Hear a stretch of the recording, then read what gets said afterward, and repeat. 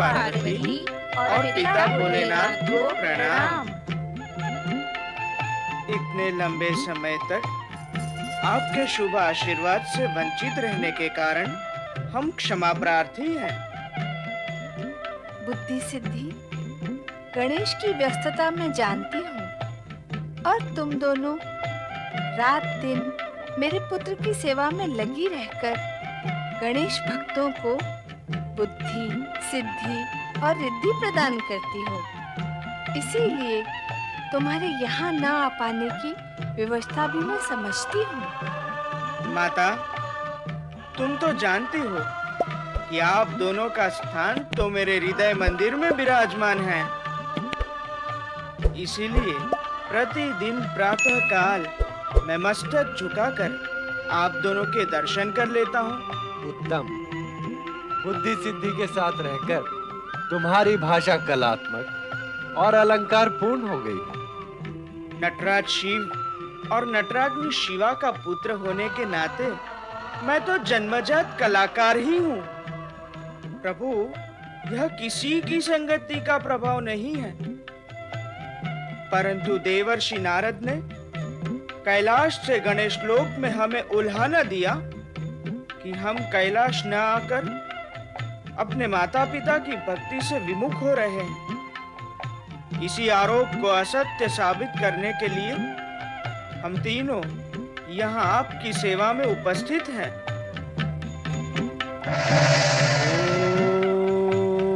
ओम नमः शिवाय।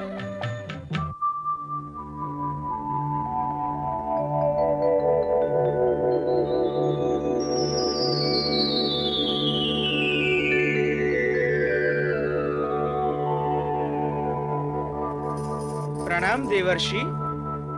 आपके उल्हाना के फल स्वरूप हम तीनों यहाँ उपस्थित हुए हैं। नारायण नारायण। हे विघ्नहर्ता गणेश, कैलाश पे आपके दर्शन पाकर मैं धन्य हुआ। हे भोलेनाथ, मैं आपके चरणों में पारिजात का यह दिव्य फल समर्पित करना चाहता हूँ। कृपया आप इसे स्वीकार करें।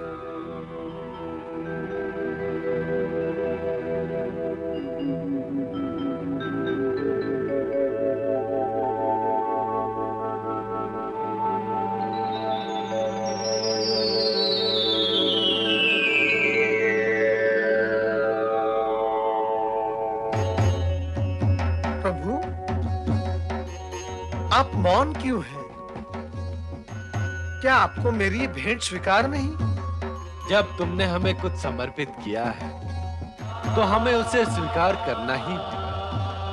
भक्त की भेंट हम अस्वीकार कैसे कर सकते हैं? परंतु ये दिव्य फल यहाँ रहा तो हमारे लिए समस्या उत्पन्न कर सकता है, इसलिए हम इसे किसी को प्रदान कर देंगे।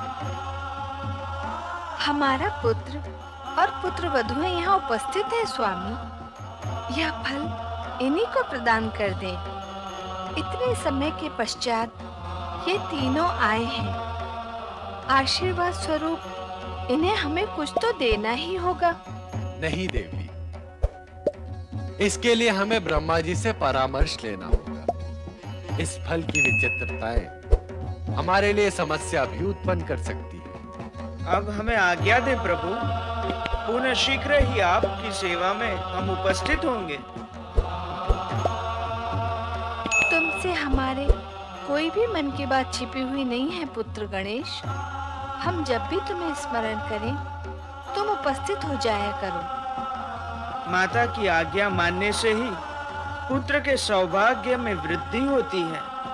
इसीलिए आपकी यह आज्ञा मैं अवश्य मानूंगा।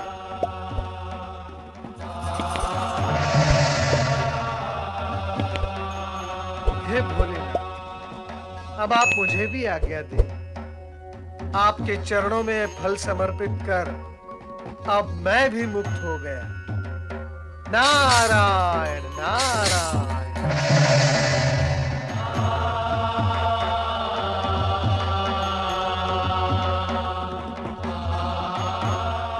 इसमें ऐसी क्या क्या विशेषता है स्वामी? इस फल की सबसे बड़ी विशेषता ये है कि इसमें तुम जो भी दृश्य देख